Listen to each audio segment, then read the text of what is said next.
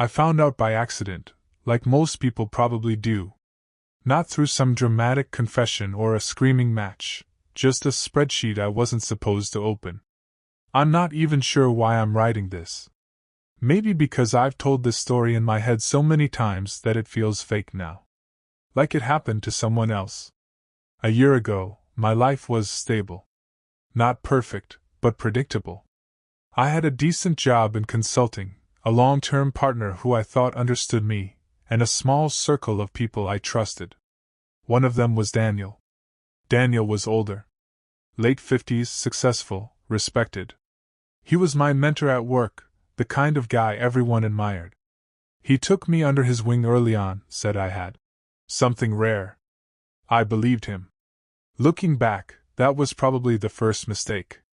At the time, though, it felt like someone finally saw me. And I needed that more than I realized. Daniel didn't just mentor me, he invested in me. Or at least, that's what I thought. He'd invite me to client meetings I wasn't technically supposed to attend. He'd introduce me as the future of the firm. He'd stay late to go over my work, rewrite my presentations, and push me harder than anyone else ever had. I started to rely on him. Not just professionally. When my partner and I were going through a rough patch, Daniel was the one I talked to. When my father got sick, Daniel checked in more than my own family did. He remembered things. Small things. It felt personal. There were moments that blurred lines. Long dinners after meetings. Conversations that drifted from work to life to regrets. He told me things about his marriage, how distant it had become. I told myself it was harmless. That this was just what mentorship looked like. Even when people at work made jokes. Careful, someone once said. Daniel doesn't do anything without a reason. I laughed it off. I wish I hadn't. The red flags weren't obvious at first. That's the thing. They were small. Easy to explain away. Like how he'd insist I'd be on certain projects, even when I wasn't the best fit. Or how he'd subtly take credit for ideas we'd worked on together, framing it like a team effort, but always positioning himself at the center. At the time, I didn't mind. I thought that's how it worked, you give, you learn, you move up. But there were other things. He'd get oddly protective. If I mentioned working with another senior partner, his tone would change. He'd say things like, "They won't look out for you like I do." And I believed that. Because by then, I trusted him more than anyone at work. Maybe even more than my partner. That's hard to admit. I started prioritizing him. His projects. His approval. I told myself it was ambition. Now I think it was something closer to dependency. The turning point didn't feel like one at first. It was just a late night at the office. I was finishing up a report Daniel needed for a client. He'd already left, but he'd asked me to upload the final version to a shared drive. Simple enough. Except the file I opened wasn't the report. It was a financial document. Internal. Detailed. And my name was in it. At first, I thought it was a mistake. Some kind of administrative overlap. But then I kept reading. There were figures tied to projects I'd worked on, big ones. And next to them were notes. Comments. Resource leveraged effectively. Minimal cost, high output. That's when I noticed something else. My compensation didn't match the value being attributed to my work. Not even close. And then there was a section labeled Retention Strategy. My stomach dropped. I shouldn't have kept reading. But I did. Because something in my gut already knew.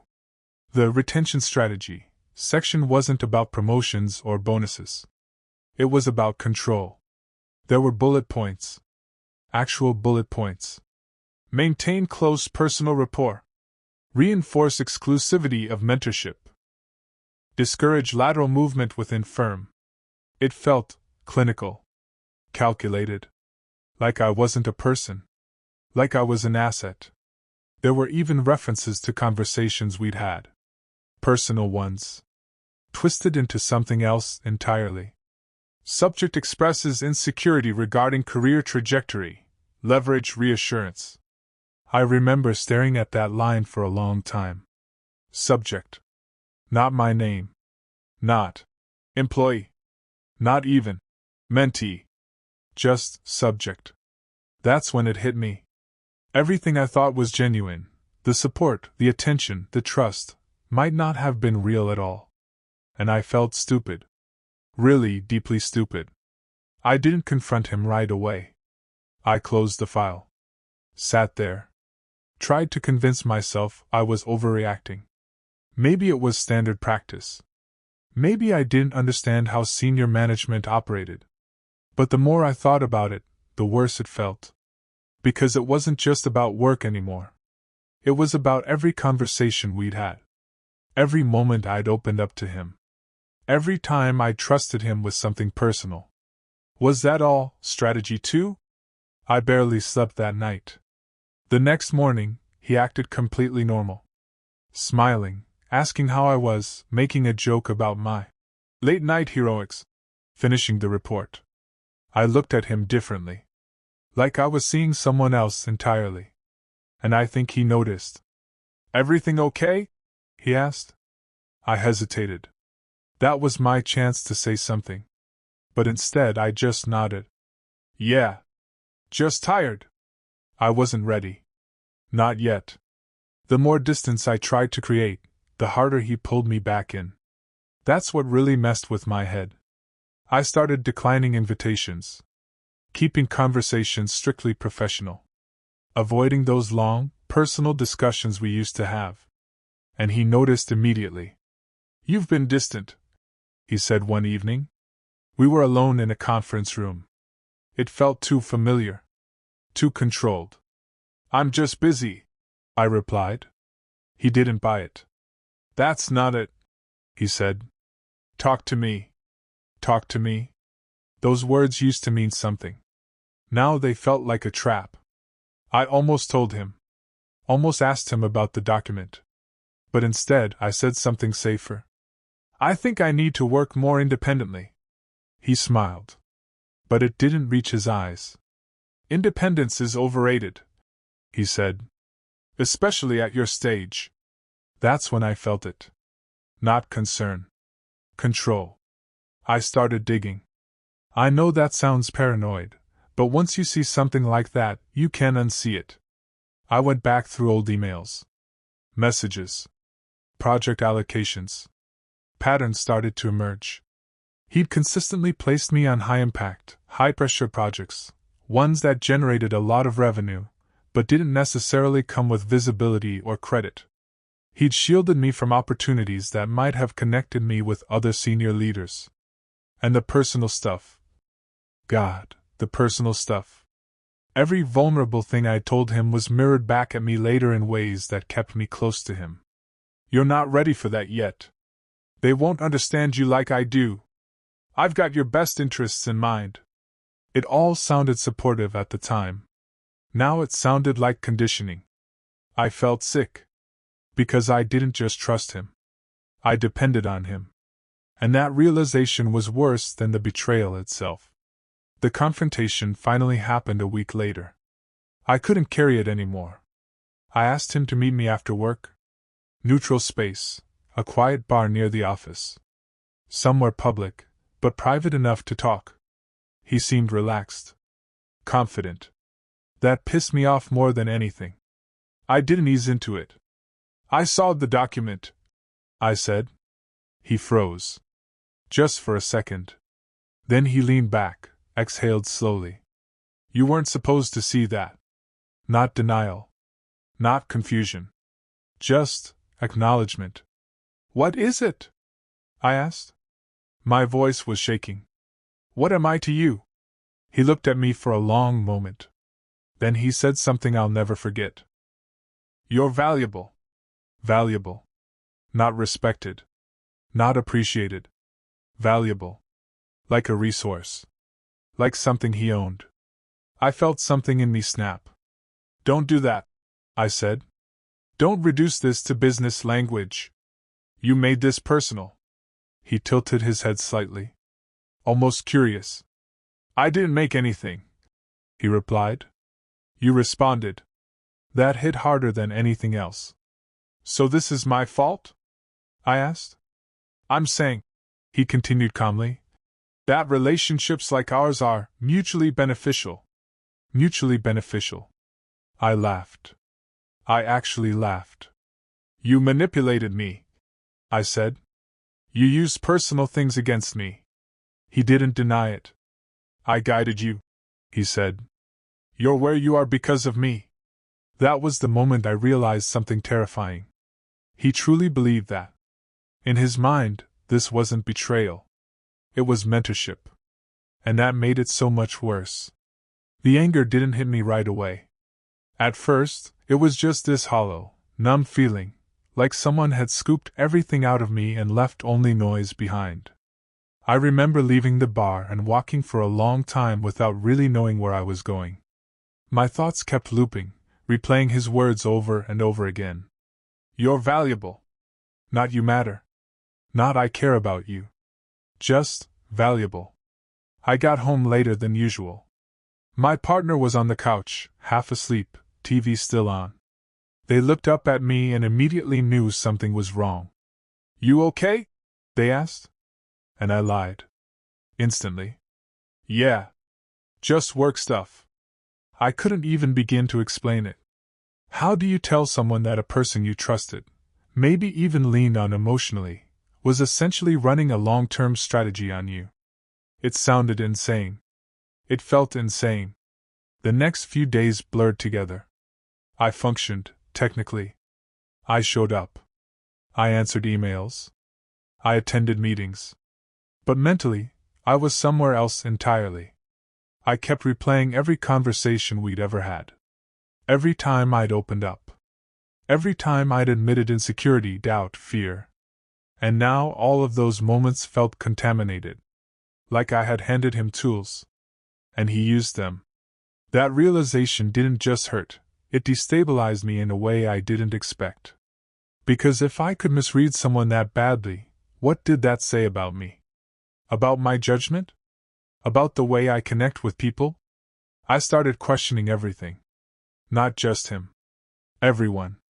Work quickly became unbearable, but not in an obvious way. There was no confrontation. No fallout. No visible tension to anyone else.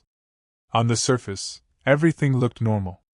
But internally, every interaction felt loaded.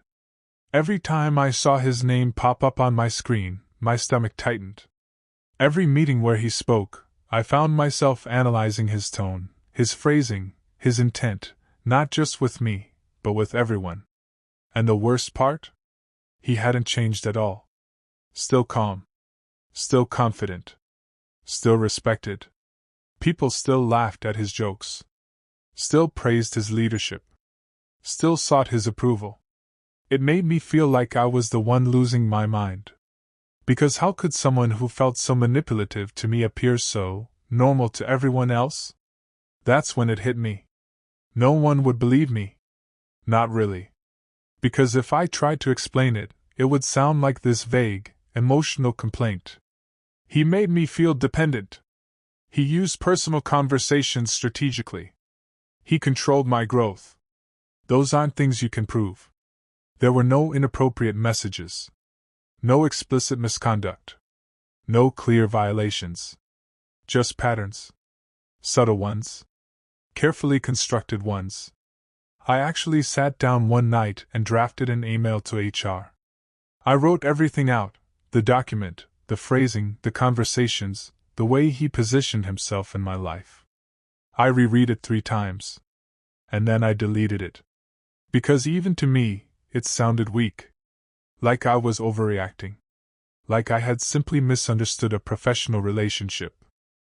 And that doubt, that self-doubt, was probably the most damaging thing he left behind. So I stayed quiet. And that silence didn't feel like safety. It felt like complicity. And it started eating me alive from the inside. The damage didn't stay at work. It followed me home. At first, it was subtle.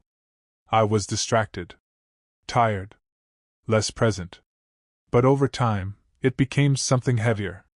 My partner noticed before I was ready to admit it. "You've been somewhere else lately," they said one night. Not accusing, just observant. I brushed it off. "Work's just intense right now." But that wasn't the truth. The truth was, I was emotionally drained in a way I didn't understand. I had poured so much of myself into that dynamic with Daniel, the trust, the vulnerability, the need for validation, that when it collapsed, it left a kind of void. And I didn't know how to refill it. Worse, I started seeing my partner differently. Not because they had done anything wrong, but because my sense of trust was fractured. If I could be that wrong about someone I interacted with daily, what did that say about the rest of my relationships? I became distant. Less open. Less communicative. I started filtering everything I said, even at home. And that created space between us. Space that didn't used to exist. Eventually, it turned into tension. "You don't talk to me anymore," they said during an argument. And they were right. I didn't. Because part of me didn't trust my own judgment anymore. I didn't trust what I felt. I didn't trust what I shared. So I kept things inside. Which only made everything worse. That's when I started therapy. Not because I wanted to, but because I realized I was slowly disconnecting from my own life. And I didn't know how to stop it. Leaving the firm wasn't a dramatic decision. There was no breaking point, no explosive moment where I finally said, "I can't take this anymore." It was quieter than that. More like a slow, steady realization that I couldn't stay in an environment where I no longer trusted my own perceptions. Every meeting felt performative. Every conversation felt like it might have a hidden angle. And I couldn't keep second-guessing everything. So I started applying elsewhere. I didn't tell anyone why. Not my colleagues. Not even my partner fully. I framed it as career growth, which wasn't entirely untrue, just incomplete. When I got an offer, I accepted it almost immediately. No hesitation. My resignation was short. Professional. Clean. Daniel's reaction? Exactly what you'd expect. Supportive. Polished. Controlled. "We'll miss you," he said in front of others. Privately, he sent me a message. "Proud of what you've accomplished. You've got a strong future ahead." Reading that message made my chest tighten. Because a part of me, a very small, very quiet part, still reacted to his approval. And I hated that. I didn't respond. I couldn't. It felt like engaging at all would pull me back into something I had just barely escaped. My new job was better, objectively. Healthier environment. More transparency. More balanced relationships. But I wasn't the same. I didn't attach easily anymore. I kept conversations surface level. I avoided mentorship dynamics altogether. And when someone tried to support me or invest in me professionally, I found myself questioning their motives. Constantly. It wasn't just caution. It was something deeper. Something closer to damage. And I still don't know if that ever fully goes away. I still think about him sometimes. Not in a nostalgic way. Not with any kind of longing. But in this unresolved, analytical way, like I'm trying to piece together a puzzle that never fully makes sense. I replay moments. Specific ones? Conversations where he seemed genuinely invested. Times he went out of his way to help me. Small gestures that, at the time, felt real. And I keep asking myself the same question. Was any of it real? Or was it all part of the same system? That's the part that lingers. Not just the betrayal, but the uncertainty it leaves behind. Because once you realize someone can blur that line so effectively, it changes how you see everything. Trust doesn't feel natural anymore. It feels like a risk calculation. Something to measure. To monitor. And I hate that. I hate that I now second-guess kindness. That I analyze support. That I instinctively look for the angle. If I've learned anything from this, it's not some clean, inspirational lesson. It's messier than that. Just be careful with people who make themselves feel essential to your life. Not supportive. Not helpful. Essential. There's a difference, and it's subtle. I didn't see it until I was already deep inside it. And even now, I'm not sure I fully trust myself to see it next time. That's what scares me the most.